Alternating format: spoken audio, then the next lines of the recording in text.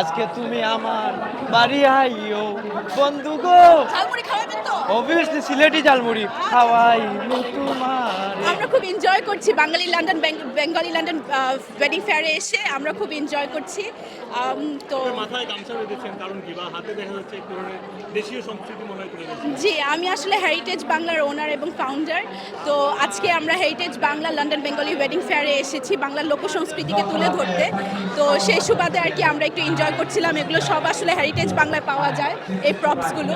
তো আমরা just enjoy করছিলাম। আর ভাইয়া এত ফেমাস, এত সুন্দর রিল বানায়। ভাইয়াও আমাদের জিনিসগুলো দেখে খুব আপ্লুত এবং বাঙালি টাচ পেয়ে উনি অনেক আনন্দিত, তাই না ভাইয়া? জি জি আপনি কি কি নিয়েছেন হাতে? জি, আসসালামু আলাইকুম। আমি নিয়ে আসছি গামছা এবং হাতে বাঙালিয়ানা, যেটা দেখলেই বুঝতে পারবেন, বিকজ আমি একজন জালমুড়িওয়ালা। তো আমাকে ভাবতে হবে যে আমি জালমুড়ি থেকে আইছি।